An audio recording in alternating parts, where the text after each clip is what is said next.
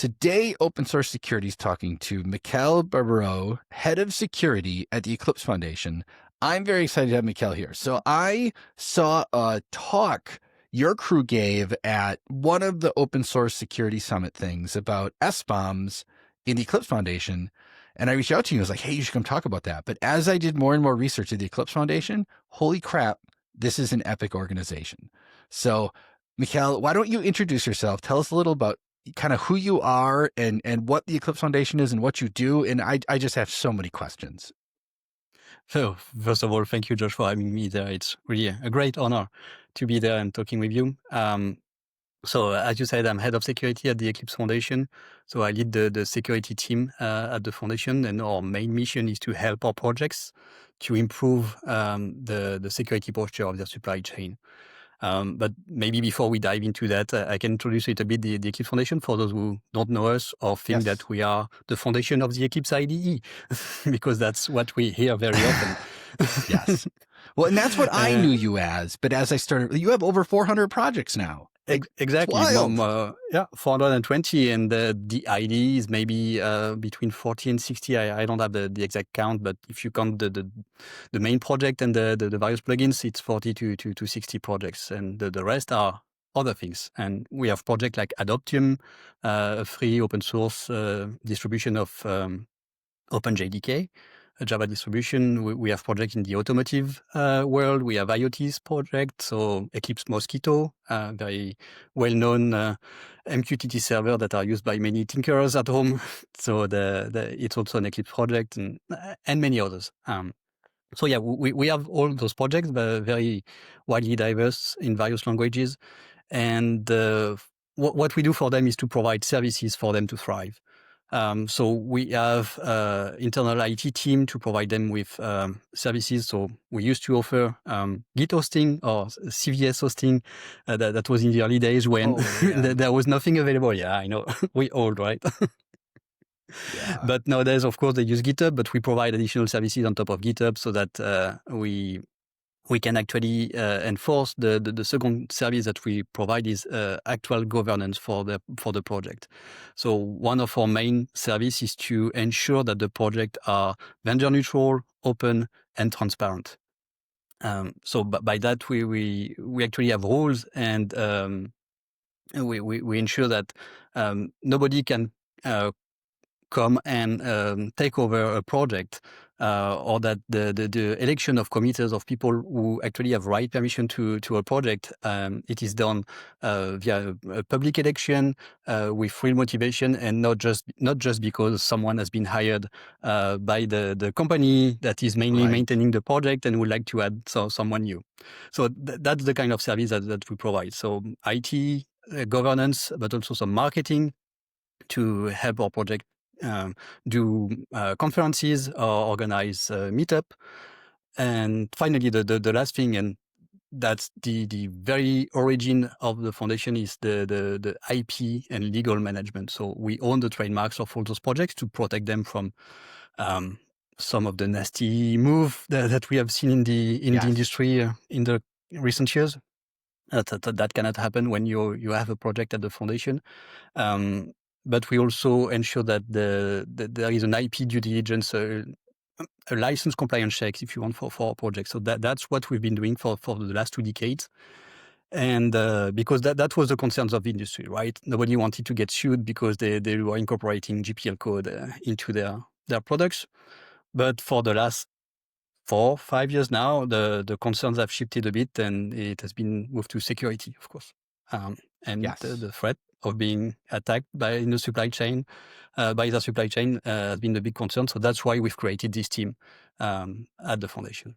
Well, I want to point out, I'm going to put a link in the show notes, but you have a page for the security team where I think you're doing something I've never seen another foundation do, where you're explaining when a project joins the Eclipse Foundation, there's a bunch of security services you provide to the project where you help them with, vulnerabilities.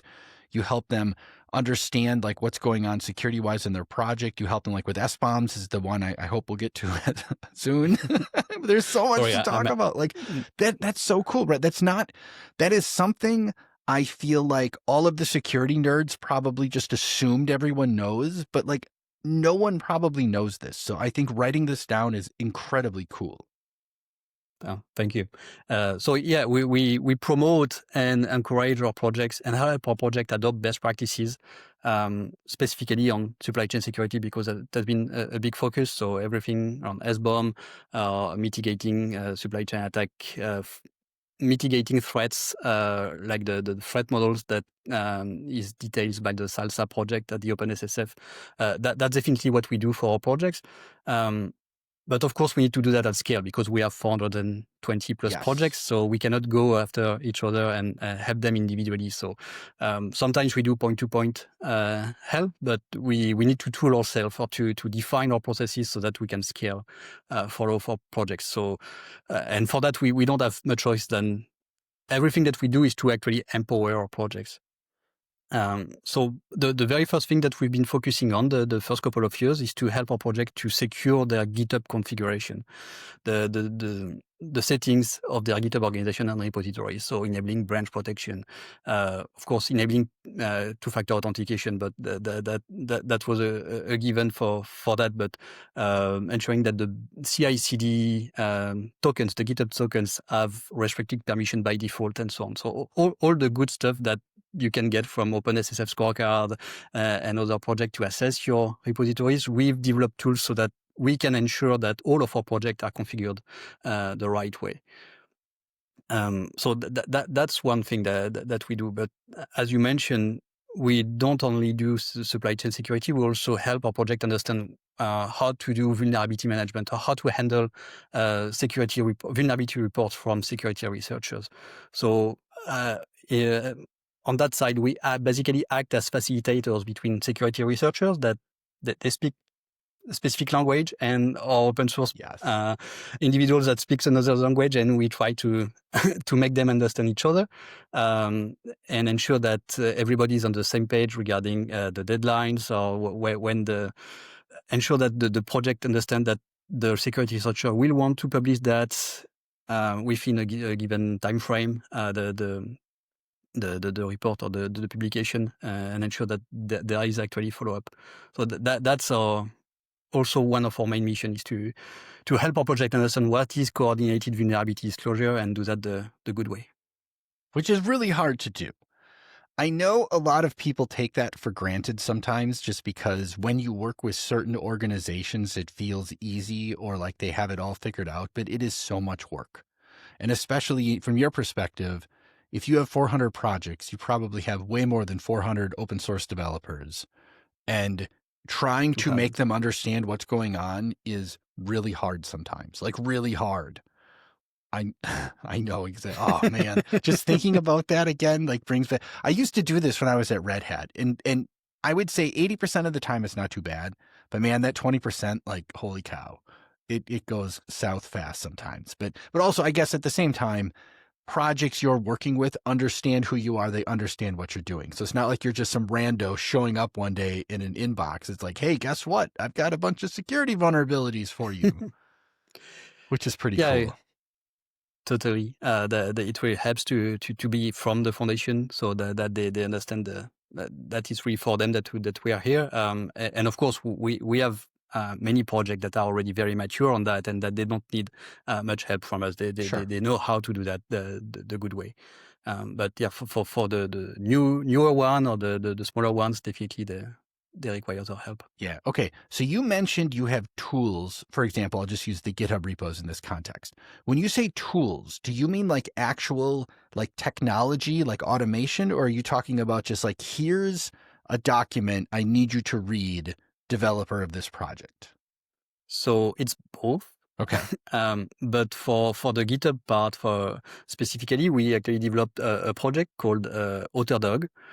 So it's a little pen on the Octocat.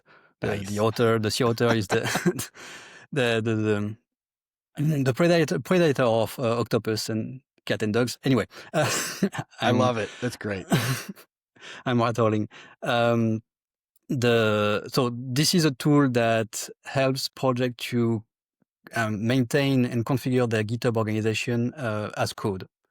So you can think of it a bit as a Terraform configuration, Terraform modules for GitHub, and there are actually Terraform support for GitHub, but we had very specific needs where we want to have good default that we control and that cannot be overridden.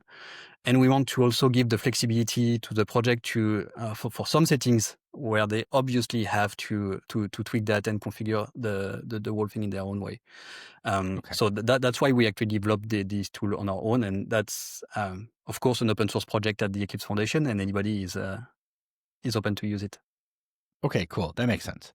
Yeah. I mean, that's one of the challenges, right? Is a lot of the security things we talk about are not run the script and you're done. It's often humans need to be involved and there's ongoing maintenance and you have to do it over and over and over again because goodness knows you might set up your Git repo correctly and then someone does a thing and now it's all broken, you know? Yep. And so that's what the tool actually provides us. We have some kind of dashboard for us, for the Nice. security team, so that we can monitor on a continuous basis the security configuration of all of our organization at GitHub. So we have 250 organization, 4,000 repositories or whatever. And yeah, to check if branch protection is enabled on all the important repositories is critical.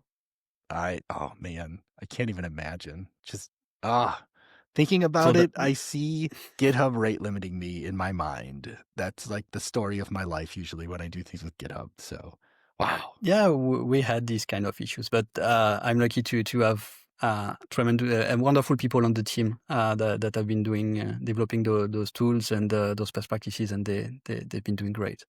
That's and cool. Just to mention them as well, because that's super important. The work that we've initiated for the last couple of years, we got help from and sponsorship from the Alpha Omega project, an open SSF project. That help us bootstrap all those initiatives and to hire the first couple of people so that we can start this work. So very grateful for their support. Awesome. Yeah. They're a great team. The goal was to turn money into security, and they seem to be pulling it off. So it's very cool. Okay. All right. So I want to just kind of talk about SBOMs for a little while because I feel like that's the thing I reached out for. That's the thing I absolutely love. And so kind of tell us about this because I'm not going to do it justice. It's we'll say, I'll set you up is the Eclipse Foundation is publishing SBOMs for, I'll say all your projects, and we'll put that in air quotes because we know it's not everything yet. You know, that takes time. Well, you tell me, is it everything now? No, okay. That's the vision. Just checking, because but yeah, it's and this is, I assume the CRA is one of the driving forces behind this effort. So I will just stop talking and you take it from here, Mikael. Yeah, for sure. So the SBOM initiative, it's not about us generating SBOM, it's helping our project to generate those. Because of course we could use generic tools to generate SBOM, or just take the SBOM from the GitHub repositories that are available for free when you use Dependabot and so on. But they usually are not very accurate they're not as accurate as the one that you can get, for instance, from build time tools. So what we've done, and that's a bit the opposite of what we've done with Photodog, is we don't have much tools on that, but we have a lot of practices and ready to use or ready to customize workflows, for instance, for projects to help them start generating SBOM. So we are there to help, and we promote those initiatives. And of course, we improve our playbooks with time and with the new ecosystem that we take over, because we have Maven, we have Maven Java, we have NPM, we have Python, we have Go and others, and some are easier than others, of course. So currently, we have, I think, about 20 or 25 projects that are generating SBOM for each of their releases. So, and that's what we really target, because our initial use case for SBOM, of course, CRA, and we can discuss about that a bit later, but the main request that I had from my executive director is to be able to answer in very short time when the next Log4 shall happen, what are the projects and the releases that are impacted.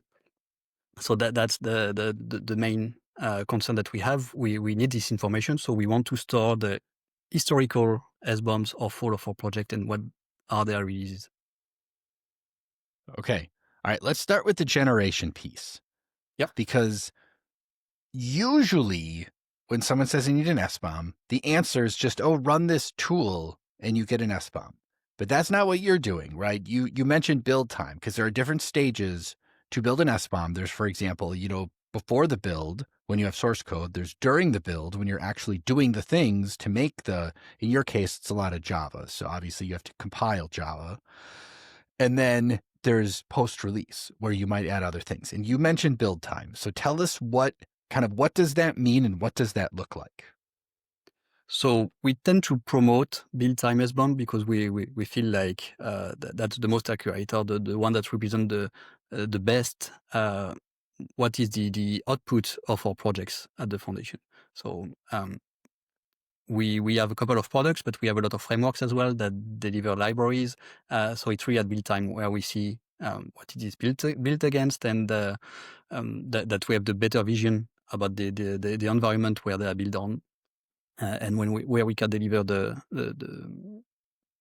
most accurate SBOM. So the tooling, we promote the usual tooling, or the most common, or the best tooling that we can find for each ecosystem. So for instance, Maven Java, there is a Cyclone DX Maven plugin. Yep.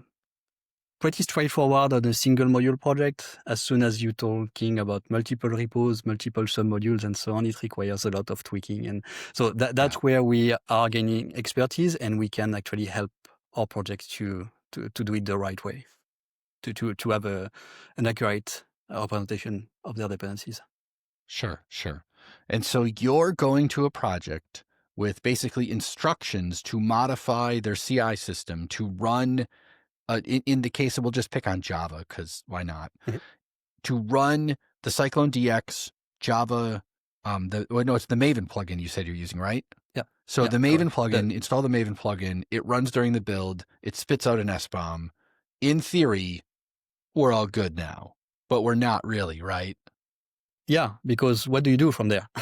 you have right. You have a nice list of dependencies, but what do you do from there? So that's why we, from the beginning, we had the need of having a central registry where we can actually store those SBOM for further analysis.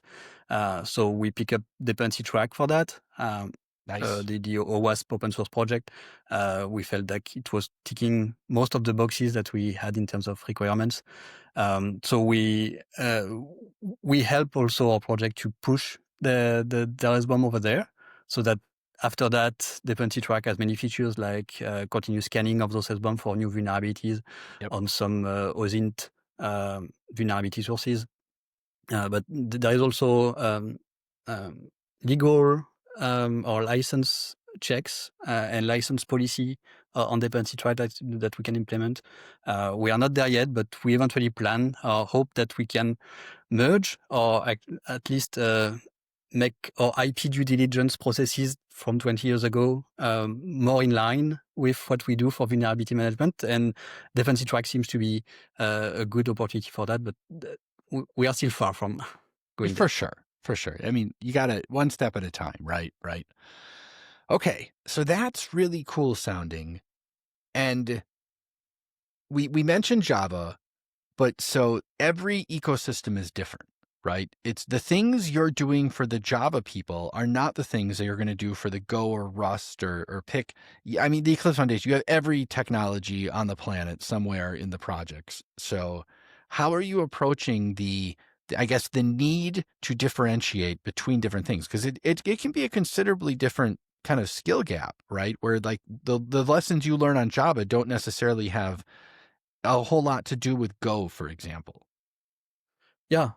So again, shout out to the team. They are really great at learning stuff that an ecosystem that they don't know about. So they are doing great at learning Go when you're actually a Python developer, or and others. But we can also count on our community. So the first couple of projects that we picked up, we precisely picked up mature projects in some ecosystems where we knew they would be helpful and they would be willing to work with us to learn all of this, so that we can build these playbooks for other projects to use. So it was really relying on the skill of the team and relying on the first early adopters of those initiatives to help us build the playbooks for SBOM generation, all those ecosystems. That's pretty cool. And obviously, all of this work is in the open. So anyone Of who course. wants to look at your playbooks can go. I think I have the right link. I'll check with you later, but I'll make sure Okay, there's a yeah. link in the show notes for all of this. Because, I mean, this is the cool thing. Like the Eclipse Foundation publishes everything you do, which is awesome. Yeah, we have what we call the security handbook for our projects, and that's definitely available for everybody to use. And again, if I may, a big shout out to the Sovereign Tech Fund, who actually invested in the Eclipse Foundation to help us bootstrap this initiative as well for this year in 2025. And of course, we will now continue with other projects, but the initial work on the registry and the first early adopters, that was an investment from the Sovereign Tech Fund, and Nice. we are very grateful for. Yeah, that's from a the help. great team. Like they're doing amazing work. It's phenomenal. Yeah. I'm excited for the day every country has the equivalent of the sovereign tech. No, it's not. It's agency now, right? I think they renamed themselves. Yeah, exactly. There is not the agency. The fund is Yeah. still a program of the agency. Okay. Of course it is. Yeah. It's also easy to understand. But okay, so I want to ask you, Mikael, when you went to projects and you've said we want to make these SBOM things, did you have was it agreement? Did you have some pushback or something? Because I know one of the challenges I've had is I work with an OpenSSF on a group called SBOM Everywhere, and I'll talk to an open source project and they'll say, "Why do I need this?" I'm like, well, you kind of don't. It's not for you. It's for the next person down the step from you. And maybe you don't, I mean, if you don't do this, does it affect you negatively? No. So it's a hard sell sometimes, right? Yeah, but we have a very good seller with the CRA coming our way. That's true. Yeah. So and you're a European organization, right? Which exactly. This is you are in the middle of it. Yeah, and we are very active regarding all those public policies and forthcoming security regulations. So may not be the topic for today, but we have a working group actually working with policymakers at the European Commission to discuss CRA and what can be done with steward, by steward for SMEs and for the open source community. But so yeah, the CRA has some requirements for stewards. So we will have to have basically a security policy in place and promote the usage of this security policy. But we feel like we also have the duty, or it's actually an opportunity for us to help our project reach a level where downstream users, the industry, can depend on Eclipse Foundation projects and have some kind of assurance. How it will be done, it's still to be defined, but some kind of assurance that the CRA compliance will be easier with project coming from the Eclipse Foundation than coming from a random GitHub repository. Yeah, for sure. And I want to also shout out for anyone listening that does not know this, when the first versions of the CRA were being drafted, they were just completely ridiculous in terms of the expectations from open source. The Eclipse Foundation is one of the organizations that really stepped up and put a ton of effort into helping work with the policymakers and the lawmakers and everyone involved to make them understand what's going on. And now we have, we'll say something that I think is doable.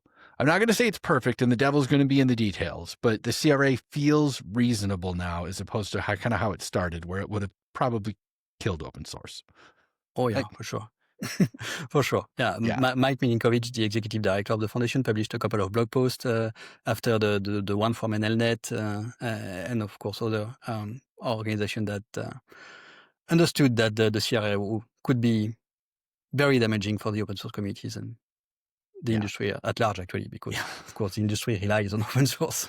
Right. Are you using open source? The answer is yes. Yes, you are. Yes, of course. So that's how we sell basically the SBOM. Again, So one of the requirements from the CRA is that at release time, you need to release something without known exploitable vulnerability. So you will need to have some kind of dependency analysis and validation that those dependencies don't have non-exploitable vulnerabilities. So that's one thing that we can provide once they are onboarded on this initiative. So that's what we tell them. And the other point is that, yeah, for the next Log4Shell, you probably want to know whether one of your supported version is impacted and you need to act on them. Yeah, that's a huge one. And I think that's one of the examples I love to use for SBOMs is when Log4Shell happened, I suspect you and your team had a rough probably couple of days or maybe weeks because you had to look through all of the Java everything you've ever released ever to find Log4j, which was, of course, in everything. So the team didn't exist at that time, but oh, really? Holy cow! Wow! But wow! Yeah, that's one of the main motivation for creating the team. Wow! So someone had a bad day, but it wasn't you. I was part of the guys who had a bad day, but there was no formal security team at the foundation. That's amazing. I mean, I'm sad, but I'm also really impressed that you still accomplished everything you did and took care of it all with no team. Wow. But I mean, to give everyone an example, like I was in the middle of this mess as well. And what happened, like I work for a company called Anchor. We have customers that were saying, how do we find this crap? You know, we have a product that does things similar to vulnerability tracker, not vulnerability tracker. What's the name? Dependency track. That's it. Similar, right? And there was a race, right? With all these companies saying, I have to figure out where Log4j is in all of my infrastructure, and not even just your infrastructure, like anything I ever had, because this was a thing that existed for a decade. And anyone who had SBOMs of all their stuff, it took them literally 5 minutes and they knew where it was.